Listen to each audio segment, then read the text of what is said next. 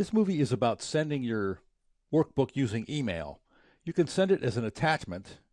You can send a link provided your document is saved in a shared location. You can send it as a PDF file, a portable document format file, or as an XPS file, an XML paper specification file. Or if you have the necessary third-party service, you can send it as an Internet Fax. Excel has some convenient ways to, with one click, send your workbook via email to a recipient. To get back to that functionality, press Alt-FD. I'll left-click to get rid of those letters. We're Backstage in the Save and Send area. By default, Send using email is selected, and the first option we have under that group is Send as Attachment. I'll left-click that, and my email program pops up. You may have a different one. You may have Outlook. I don't have Outlook, so your email program may look a little different than this. But what Excel does is automatically attach the active workbook, which was book 1, update the subject line, which you of course can change. So this email is set up for you to address to the recipients and to build some content in the body of the email if necessary. Now, the good thing about this is somebody will receive exactly what you intend for them to receive, which is a copy of your workbook. The bad thing is, and there are really two bad things. One is that once I send this copy out, it is a copy of the original workbook, so any changes I make to the original workbook, wherever it may be, this copy will not be reflecting those changes going forward. This is a separate and distinct, has a life of its own, copy of the original. And the second is that if you have a large spreadsheet that you're sending out, you're consuming storage capacity, which may or may not be an issue depending upon how much storage capacity you have. Storage capacity is fairly inexpensive, but it could be an issue. But it is convenient to, with one click, be able to attach your workbook to an email, address it, and send it off. Back in Save and Send, the solution for both of the problems with sending an attachment is send it as a link. Now, there's a requirement that the workbook is saved in a shared location, so people have to have access to the location for the link to actually work. The good thing about sending a link is that it solves the problems mentioned about sending it as an attachment. One is you're not consuming your storage capacity because all you're doing is sending a link. You're not duplicating the workbook.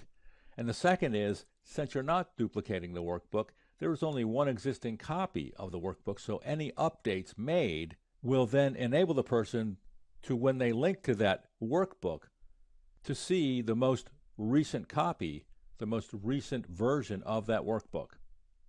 Alternatively, you can send your workbook as a PDF file, a portable document format file. And again, it automatically gets attached to an email. It sets you up to be able to put in the recipients. You can change the subject matter and update the content of the email as well, of course. The good thing about this is you can send somebody the content of your workbook that doesn't have Excel. The bad thing about this, and this could be a good thing too, depending upon your intentions, is the PDF file is difficult to edit. If you end up with a PDF file and you want to convert it to a spreadsheet, there's ways to do that. There's free services available where you can send your PDF file off. They'll send it back to you if they're able to convert it to an Excel compatible format. The problem with that is, one, sometimes it doesn't always work because the data has to be in its sort of a tabular format in the PDF file.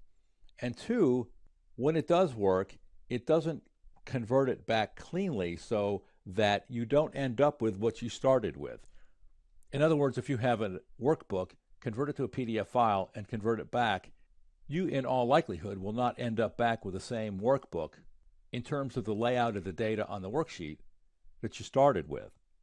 And sometimes, depending upon what's in the PDF file, you won't be able to convert it at all. Chances are, though, if it came out of a workbook in the first place, you'll have that tabular structure, at least to some extent, within some of your content, and you'll be able to convert that pretty cleanly from PDF to an Excel format.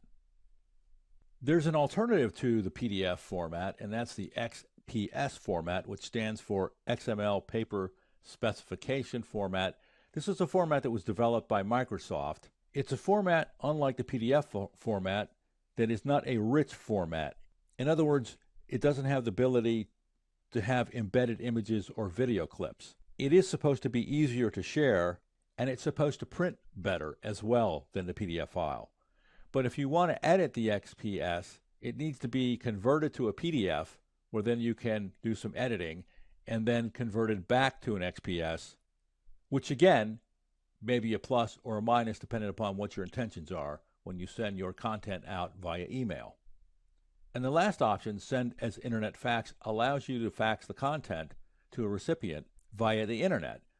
It requires, as it says, a fax service provider.